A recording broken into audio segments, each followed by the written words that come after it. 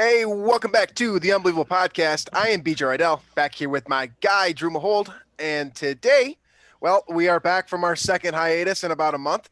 And we do apologize for not really having any shows up for the last couple of weeks. Obviously, things have been busy with the 4th of July and the summer getting rolling. And honestly, I just had other stuff that needed to get taken care of. So, we are back and we're excited for training camp and so forth. So for the next couple of weeks here, our game plan will be to sort of get you guys prepped, make sure that we're, not necessarily all on the same page, but we're all discussing the right subjects, right? So that's kind of the goal for today, next week. And then once we get into camp, we'll kind of see where we're at and reevaluate at that point in time. But today, Drew and I are going to spend the entire show discussing whether or not the Vikings are contenders or pretenders. Yep, I know everyone is talking about that. And yes, I know you've heard that stupid saying for years and years. And most of the time, teams aren't contenders or pretenders. They're probably somewhere in the middle, but we're still going to have this discussion nonetheless, because this has become somewhat of a fiery subject in Vikings territory. Whether it's on, this happens every year at it this does, time. It's but at this time, the fans get excited about the season. They find reasons for optimism. I'm not going to call this person by name, but one of my good friends is a Jaguars fan, and he was even trying to tell me, 8 to 9 wins is what I'm thinking this year. And so, right, it happens to everybody, and it's important, at least from my perspective, as we get into this. My perspective is going to be keep the expectations measured, jumping back on this train that the Vikings are, double-digit wins automatically. I'm not on board, and we'll talk about that here. But this is the time of year. Expectations are high. Excitement is high, and that's why these discussions, people love to hear about them, and I think it's important to go over what we think because our audience is curious. Absolutely. And I mean, you look at, first and foremost, we want you and we want ourselves to be excited, right? We want to be optimistic about 2021 and beyond. And what this show likes to do, though, or I think what Drew and I have done well for, Jesus, honestly, it's been close to half a decade now, is we try to keep, a level line of thinking, right? And try to kind of remain objective in the face of a sport and really a fandom that is completely subjective, right? You try to figure out what really makes sense. So that's kind of what our goal here is today. It's not to downgrade your feelings, or, if you think the Vikings are a Super Bowl contender and you're fired up about that, that's a good thing. We want that. You're a great fan. We're all about that. But there are some things that we want to poke holes in, and there are some things that we want to, potentially level expectations out on. Here's the thing with the Vikings is that they're in a fairly unique situation this year.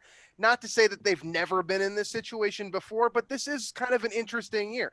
You've got so many players returning on defense from injury. You've got new playmakers. You've got a rebuilt offensive line. You've got Justin Jefferson going into year 2 and, interested to see what he might do in his sophomore year. You've got Adam Thielen aging. You've got Irv Smith going into basically his first full year as the TE1.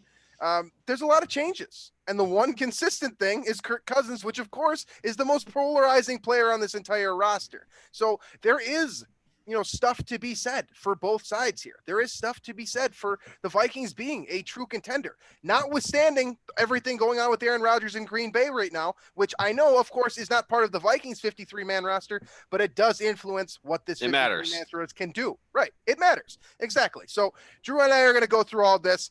We're not, again, we're not trying to lower anyone's expectations or anything like that, but we're going to go through the facts as we see them, and give you our opinions on that kind of stuff. So that's the goal of today's show.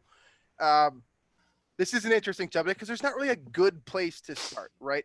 I can start anywhere because there's so many different angles to look at this team. I kind of just want to start with sort of and you mentioned why this is a unique scenario, unique situation, unique year for the Vikings. I think a lot of it is because this year, in theory, the way the team has sort of built the roster and the way they've drafted, the way they've altered contracts, I think this year will transform what the next few years will look like quite a bit. I think that a lot of decisions will be made that will change things a ton going into 2022 based on how the team performs this year.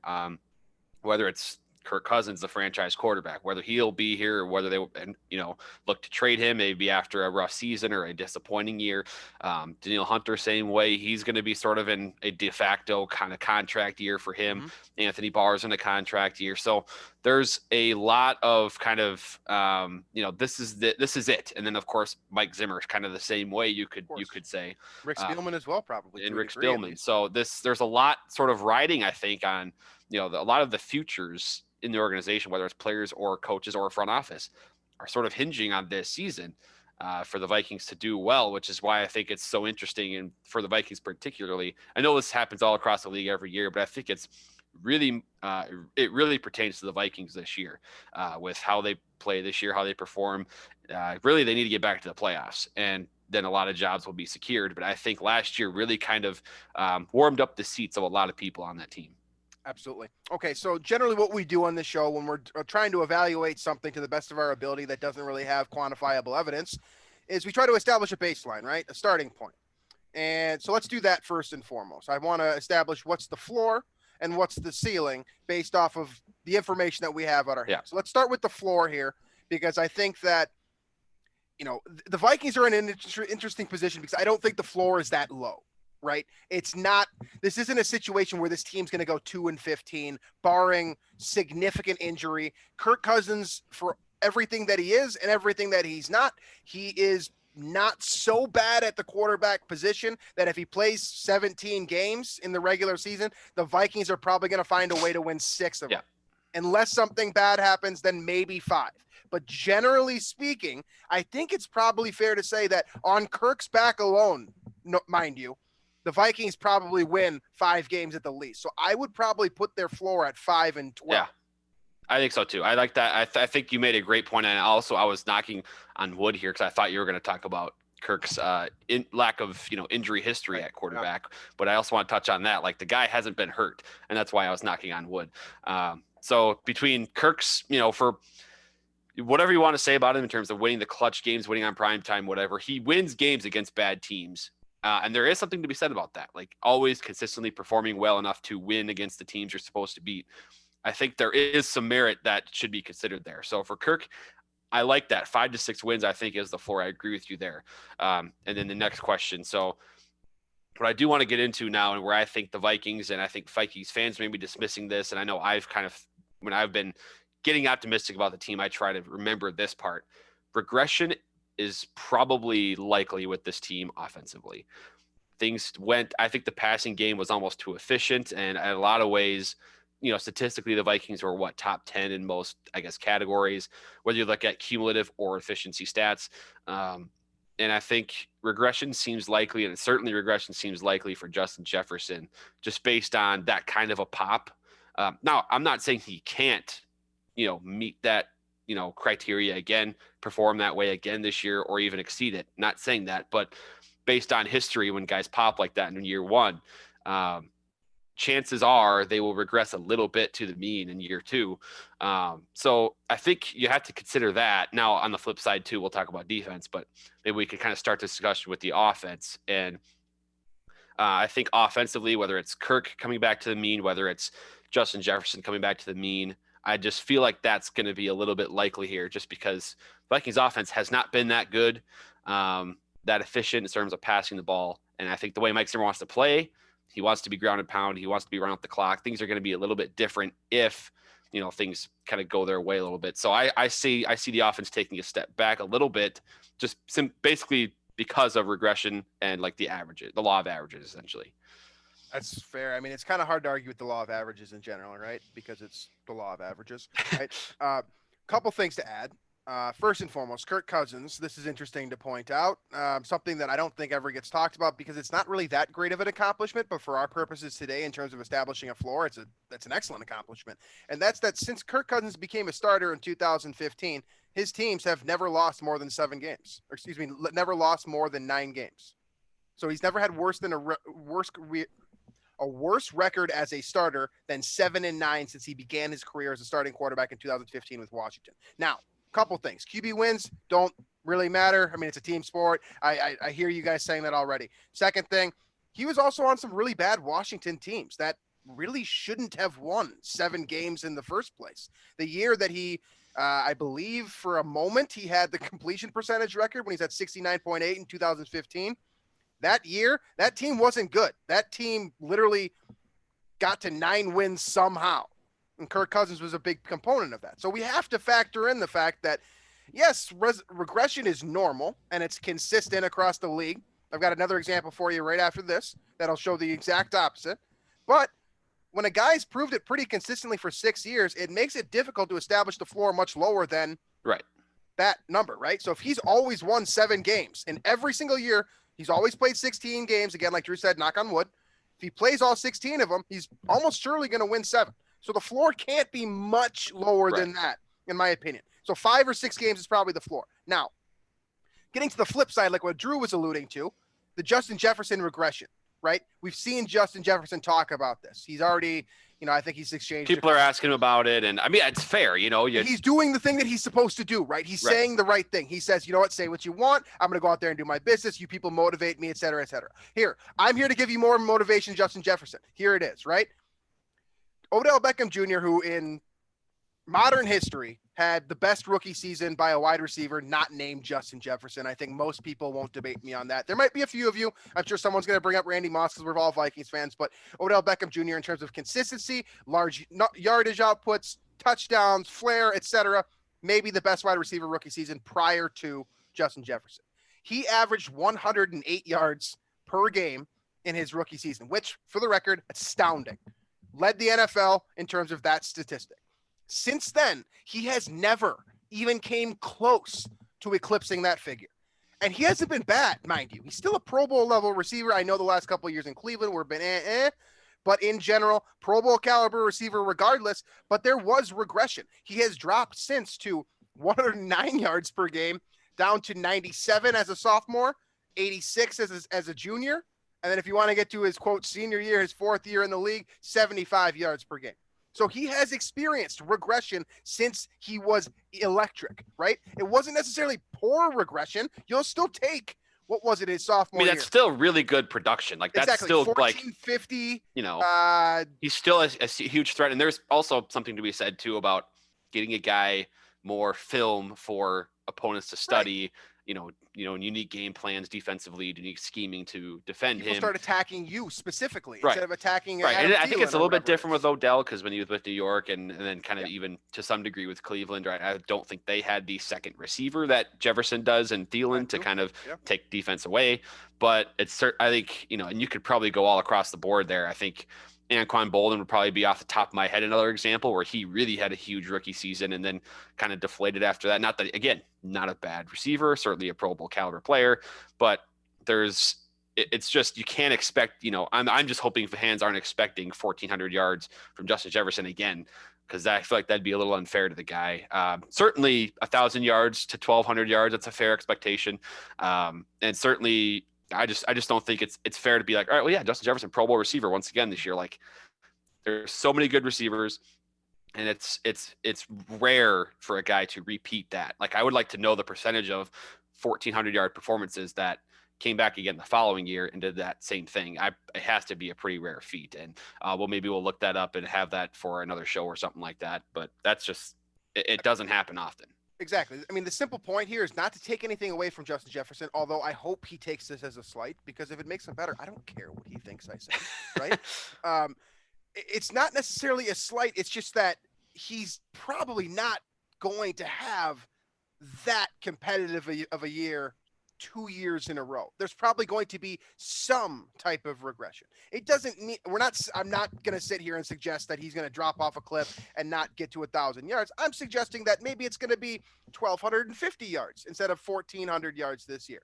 That's my suggestion. I think that it's fair to expect regression when you get, such a boom from a rookie level player. I mean, the point that Drew brought up about players watching film, that's just something that we can't quantify because we don't play football. We're not in the film room. We don't even know what they're looking at. But there might be 6 coaches out there right now who are scheduled to play the Vikings this year who are intensely staring at Justin Jefferson, trying to figure out how are we going to stop this guy. Instead of last year, they didn't care who Justin Jefferson was until about week 10 when he was killing everyone. Now they're focused on him.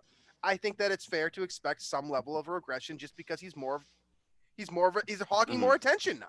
He's hogging more superstars opposite from him. So some level of regression there is probably to be expected. Now, we just focused on 2 players. There's 51 others here that are going to be on the roster, right? You look at the defense. I think most of us are expecting the defense to ascend, right? I think that's fairly... So this is the opposite of what I'm saying offensively. Exactly. Defensively, the positive regression is more likely to happen here between how the injuries unfolded last year and, the way that they've assessed or, addressed the needs. I still am really concerned about, cornerback depth a little bit, but also the other pass rusher opposite Hunter.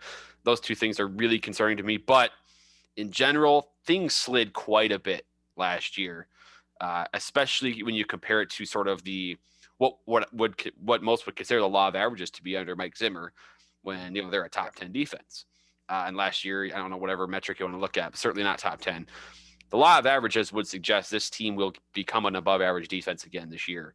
And especially if they can get a little bit of injury luck in there, and maybe that balances out some, this team will return to that, almost elite category without question. So from that sense, the whole law of averages thing, while it might hurt the offense, I think it'll help the defense quite a bit in that regard.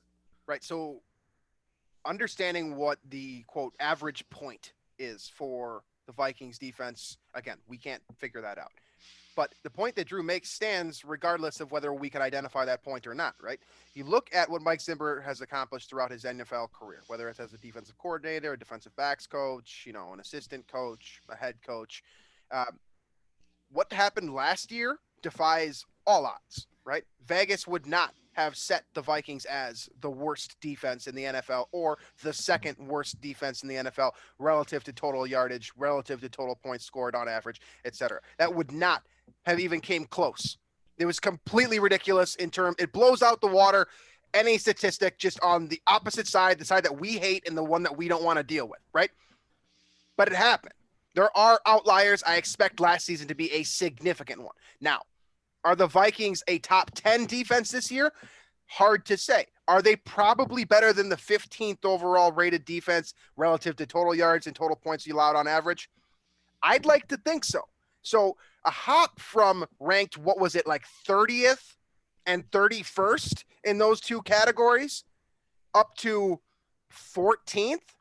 If that's the quote regression to the mean, if the mean we're establishing is team number 15, the Vikings might surpass that, right? Yeah. They might not just get back to that figure. They might blow right by it and have a top 10 defense. It's plausible. Right. That's on the table this year with Hunter back, Barr back, Pierce playing for the first time, Dalvin Tomlinson Kendrick's coming back, in, Sheldon Richardson, a full bill of health, Patrick Peterson. You can go on and on. Exactly. A full bill of health, and this team is going to be, quote, fine defensively, whereas last year they were nothing short of a liability. Nothing short of it. No way around it. I mean, every week Vikings practically I was looking up on Google who was playing at cornerback for the Vikings week in and week out, because I didn't know who it was. Mark and same Fields? thing he said for linebacker when Kendricks and Barr were gone. I didn't know where they were. So for the Vikings to get to that point where every week somebody new that you'd never heard of was starting, that takes some crazy injury bad luck. But at the same time, it's something to be said too about the way the roster was built and not having the depth in the first place. But also there's the odds that kind of combination of injuries happens again, slim. And you can once again rely on your star players. You have Michael Pierce not sitting out, as far as I know, for COVID. Anthony Barr's back on a contract here, mind you. Mm-hmm. Eric Kendricks is still a top 3 at minimum middle linebacker in the NFL. Daniel Hunter back, seemingly healthy, again motivated by his contract situation as well. So there's plenty to be optimistic about on that side of the ball. And I should also add, Mike Zimmer's defense last year on third down, actually very good, despite all of the things we have said. So he's still got it when it comes to third down. He never lost that part of his, of his arsenal, so to speak. He's always had that fastball on third down, always been excellent scheming in those scenarios. And if he gets back his full complement of athletes and star players, I'm only more excited for that to come back and be able to rely on the Vikings in any third down to, 75% of the time get that stop.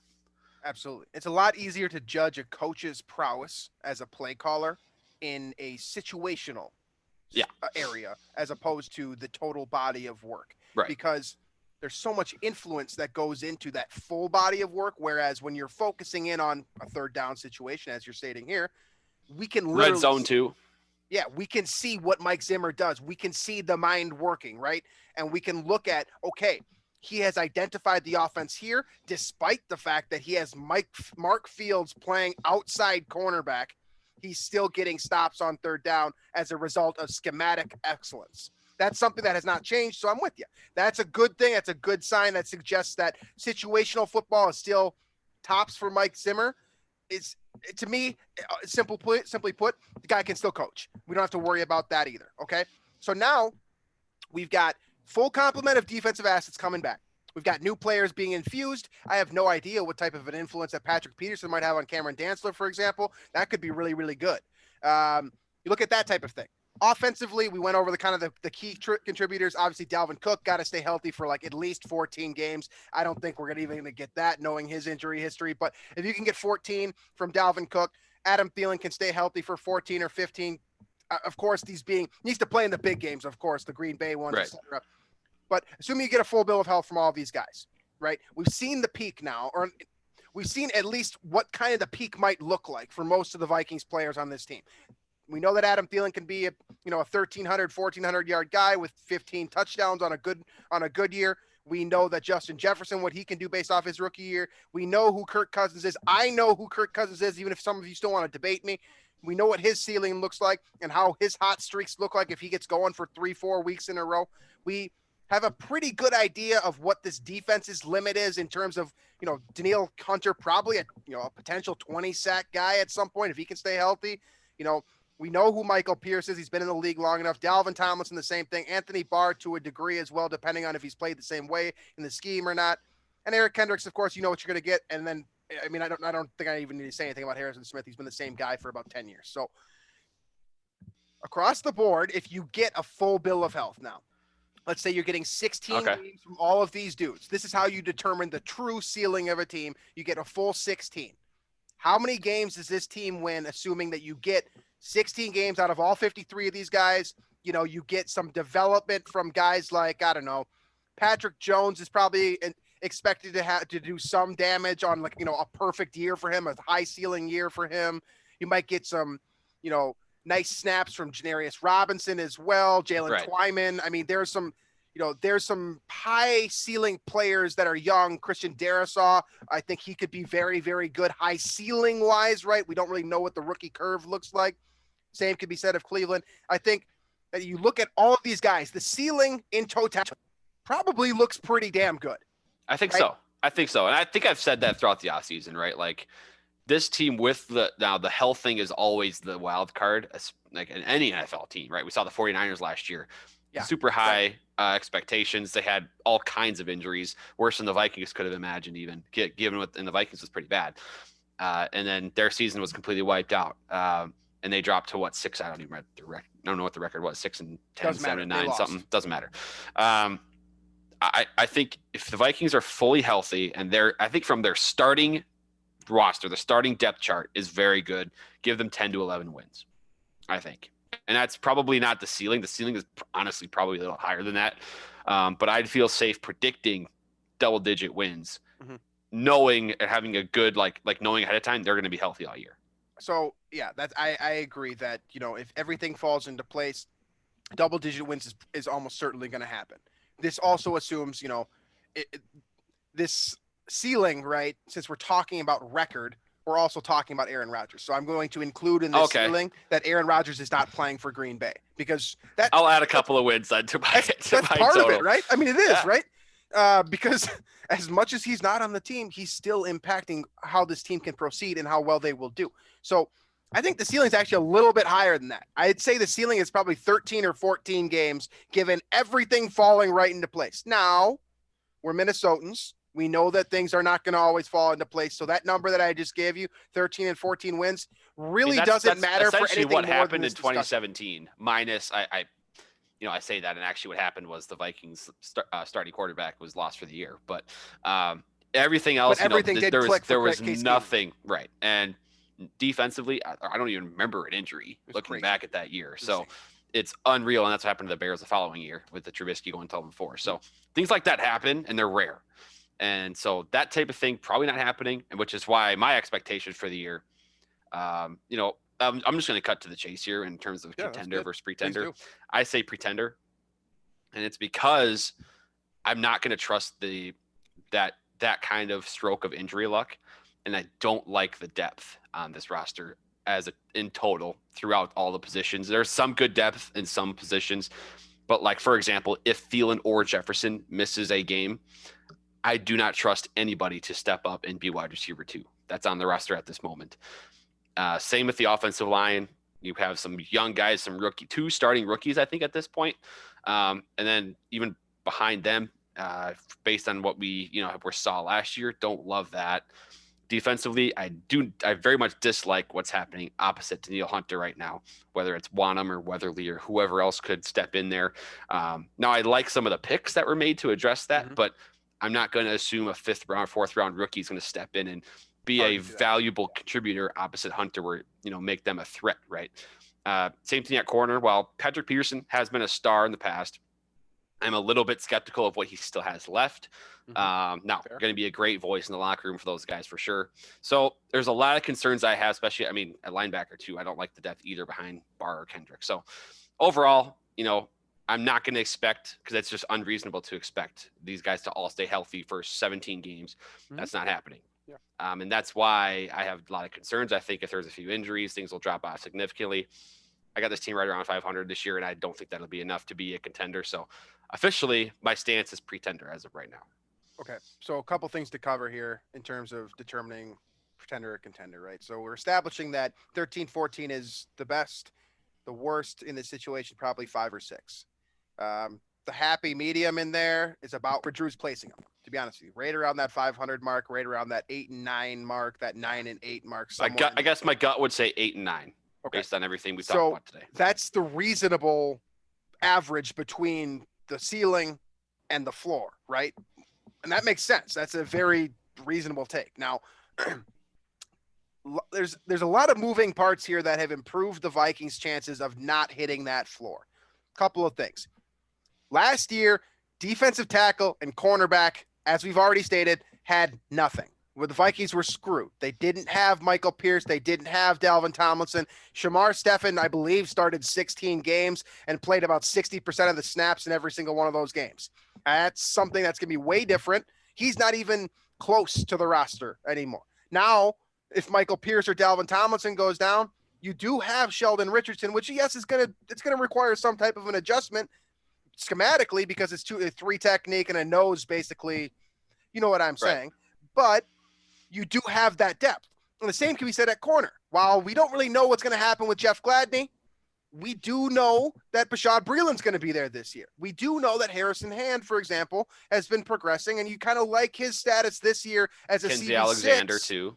Yeah, Mackenzie Alexander as well. You've got more depth at these key positions that really killed the Vikings last year. So to me, that is going to inherently boost the floor, because worst case scenario, you lose Patrick Peterson. I don't love that, but you can step in with Bashaud Breeland or Mackenzie Alexander and kind of work around your deficiencies this year. No chance to do that last year. You have a chance to do that this year. So I'm going to raise the floor a little bit in that regard. Danielle Hunter coming back in and of itself, to me, adds value to this team. Whether it's just straight up like the substantial value that I can't quantify because he's just there and he's making everyone around him better by destroying one-on-ones and by opening up holes for linebackers to make tackles, or it's literally the sack numbers. 14 sacks is going to make a huge difference if he gets to that type of number this year.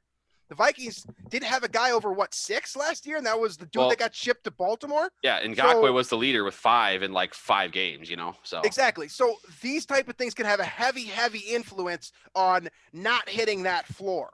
And yes, if Hunter goes down, all of a sudden you're kind of right back to square one, because I don't know who's going to sack the quarterback then. Because you make a good point. I don't know.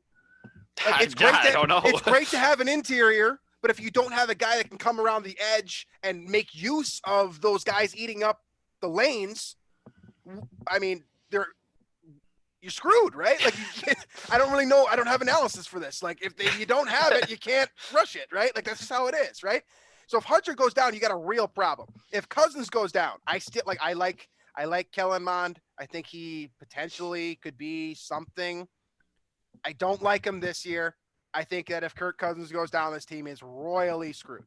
Like, you might lose 3 games, or excuse me, you might win 3 games if Kirk Cousins goes down. So put that in conjunction with the fact that Dalvin Cook's going to get hurt at some point. It's just the type of player he is. It's the type of way that he runs. It's how hard he plays the game. It's the injury history. It's all of these things. He's probably going to miss a game or 2. That makes me really nervous because that could easily become, if it's a hamstring, could easily become 2, 3, 4 games. And all of a sudden you're missing the Packers game, or you're missing the Bears game, or you're missing these very high consequence games, and you've got a problem. But the real thing for me is yes, you mentioned the beyond Jefferson and Thielen, that wide receiver 3, you don't really have one. How about target number 3? I'm concerned about Irv Smith. I think he's a good player. I like this guy. I have rooted for him since they drafted him in the 2nd round, and I think all of us have seen bright spots from his career. He's amazing with the ball in his hand. He's great detached or attached from the line of scrimmage, or maybe I shouldn't say great, but he has improved at least as a blocker. I think he's getting better. But is 400 yards and 3 touchdowns going to be enough to get you to 9, 10, 11 wins or hit that ceiling that we just described? I don't think so. I think Kirk Cousins needs that touchdown target to replace Kyle Rudolph, because for everything Kyle Rudolph was not last year, he did catch a crap load of touchdowns. And the Vikings don't really have a red zone threat right now. Adam Thielen is your red zone threat, or Dalvin Cook is your red zone threat. For what it's worth, Thielen is a very good red zone He's threat, good. He's good. But he's not going to go up and out jump you. Definitely not at this age, probably. I mean, my point being here is that you don't have a ton of options beyond the guys that are going to be on, the posters outside the stadium. I agree. They need a third option in the passing game. It doesn't have to be a receiver. It doesn't have to be Irv, but it should be Irv probably. Yeah, it should be Irv. He should be. It's a big step. It is a big step. Taking that step from. Now he did get a lot of experience last year because Rudolph missed some games. So, but I like ready. Irv. I think he's got the skill set and the athletic ability to make it happen. So I think he's ready. That's just a good point. I think it's fair to say I have questions despite seeing the body of work to date. But if he can go off, I mean, again, this goes the other way too. I'm trying to establish floor, but if he goes off and he becomes Which he could. If he becomes Evan Ingram, right? Which I think is fair. A guy that's going to catch a good amount of balls, guy that's going to tally a lot of receiving yards, probably right around 700-ish. With those mismatches against slow linebackers. Exactly. If he can become Evan Ingram, the Vikings have a very good shot to have a very, very good target outside those number 1 and 2 guys. Now, of course, the hinging factor, the thing that has killed the Vikings for, 5 years now? The offensive line. Right? Christian Darrisaw looks good. Wyatt Davis looks good. Garrett Bradbury, high potential. We've kind of seen signs of... Been shaky. Yeah, we've seen some maturation. We've seen some bad things. I still have some level of hope. I think it's fair for all of you guys to have some level of hope for him as well. Brian O'Neill, going to be good. Very excited about him. Think that's one of those guys where you could bet it, and you're going to get the results. He could be getting an extension prior to training camp here too, coming up. Right. He deserves it, right? So then that leaves Ezra Cleveland, and he has question marks as well. So basically, I just rattled off 5 guys here who are going to be protecting your number 1 asset. Whether you believe it or not, Kirk Cousins is your number 1 asset in 2021. And 4 of them have question marks, and fairly substantial question marks, which, generally speaking, if we're going to use the law of averages, probably 2 of those guys are going to be bad. Probably. Now 2 might be good, 2 are going to be bad. Probably better than last year. I mean, if it's just 2 versus 3, I think there was probably 3 guys last year on the line that were bad for the most part. So you could maybe make 4.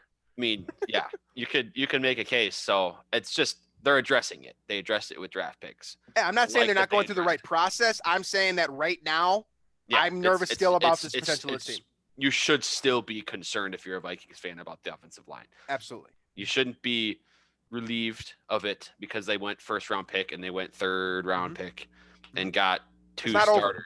They like got the fact that they have to start immediately is not a good thing. Like it's because there's nothing else there. So they have to respond. They have to become right. first and third round quality players. I mean, Right. we've seen that happen. We saw Matt Khalil. I mean, Matt Khalil. He had a heck of a rookie season. Amazing, right? We've seen it happen.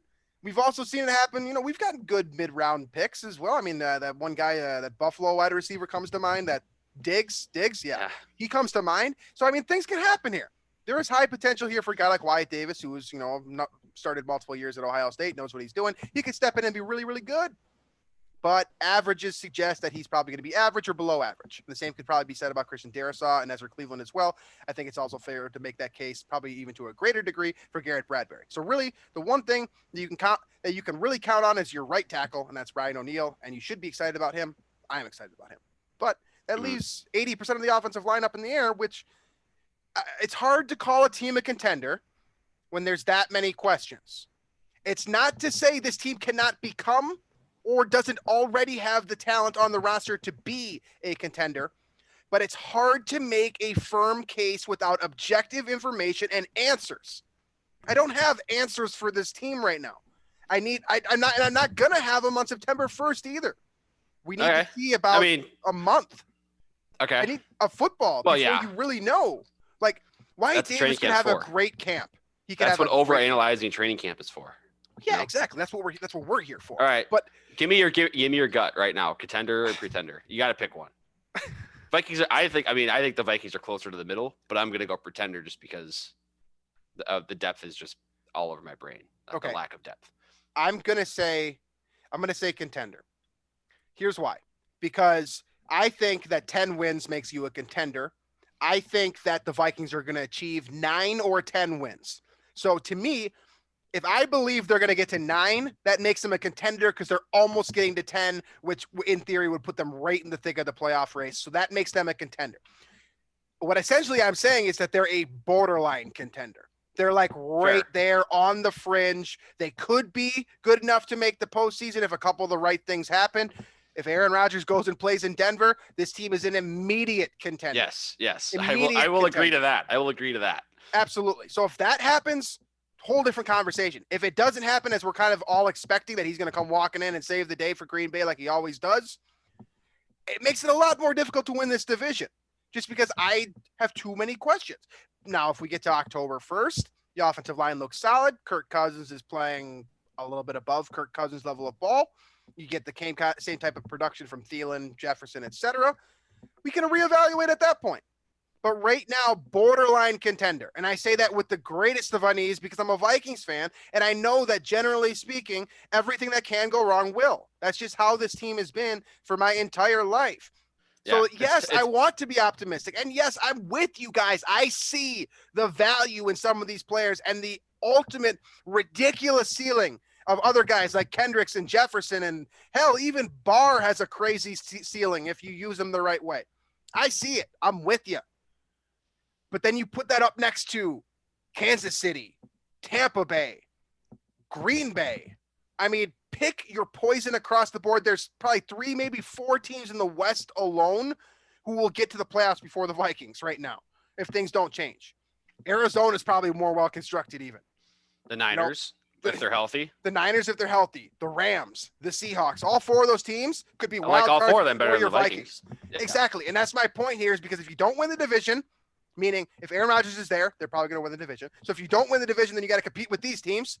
I don't think they're better than any of those teams. And if they're not, or if they're in the situation where they might compete with these teams, then they are a borderline contender straight up. I don't see any way around that because if you can't tell me that Arizona, if you can't confidently tell me that the Vikings are not definitively better than 6 teams in the NFC right now. I don't think. Right. And that matters because the Vikings probably aren't winning the division because Aaron Rodgers still is alive. And that's what it comes down to. Like, it's not about the division anymore. All of a sudden, it's about everyone else. And the Vikings aren't a top 8 team in the NFC right now, I don't think. They can be. They're borderline, like you say. They're right there. I mean, you probably most of the NFC East, they can, they're probably better than them. Probably Detroit. Yeah. I mean, there's a stall in this conversation for a reason. Who else could you name? Atlanta, maybe. Maybe. They could beat them. I mean, we've seen it happen. Carolina, maybe. Again, like I probably Carolina by what, a missed field goal last year. So yeah, it's Sam Darnold now. I mean, you like your odds there, you know. Yeah. I mean, we can go through every single NFC team, and I think that a lot of the answer is just going to be maybe. There's or just a no. You get to Green Bay or and outright no. Yeah. Seattle and the Rams, and yeah, it's tough. It's a tough thing for me to go hard in on, and the reason why I say that is because I see people that are so over the top that it's like I'm trying to find out how you're getting there. Like, yeah, what are you? Where you get 12 wins or 11 wins? Like, where's it coming from? Because like I can't definitively. I'll look at my phone right now. I got the schedule sitting here right in front of me. You know, like Cincinnati probably going to win. Arizona maybe. Seattle maybe. Cleveland probably not. Detroit probably. Carolina maybe. Dallas maybe. Baltimore maybe.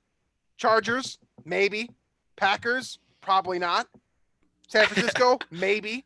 Detroit probably. Pittsburgh maybe. I mean, like, where's the answer on here? I'm not seeing it. I don't see any definitive wins here outside of maybe Cincinnati.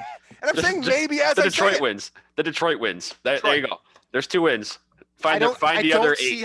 I don't see how you guys are getting to 12, 13, 14 wins and saying Super Bowl contender when you've got this schedule to look at just like me. That's the thing I don't get here, is that I'm all for being optimistic. I'm all for having fun. I'm all for being a fan the way that you want to be a fan, because I'm not going to tell you what to do because you're probably an adult listening to this show.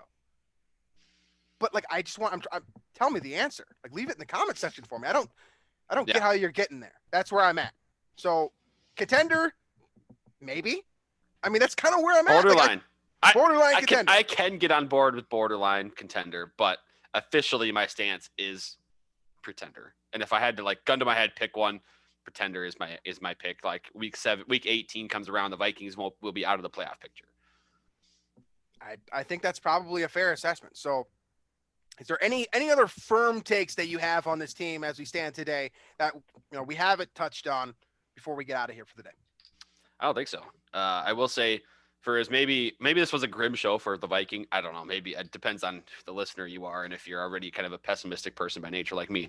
But I think the Saints are due for some serious regression this year. They're going to be it's going to be fun to watch them just melt down as a team. The way their salary cap is screwed up right now, and that way they're transitioning to Jameis or Taysom Hill, or both. Yeah, and it's going to be fun to watch that kind of collapse. So that'll be fun at least. They've earned that collapse for sure. Yeah. They've been putting it off forever too. Like they're just slowly kicking the can down the road and can kind of finally hear now that Breeze is gone. So we will get a number of these questions answered here in the next couple of weeks. So we'll get a less cloudy vision of what this team may look like this season as this team enters training camp. Our game plan for the next couple of shows, as I said at the top, we'll talk a little bit about important battles, things that you should be keeping an eye on or, reading the news about with regard to the Vikings training camp. We talked about that wide receiver 3 spot today on this show. That's obviously going to come up here. We'll discuss what happens behind Adam Thielen and Justin Jefferson and, how important that role even is. So we'll go into those battles and more. We'll, of course, continue to follow up on the news and everything that comes up, along the way. But that's the immediate plan for us in the future here.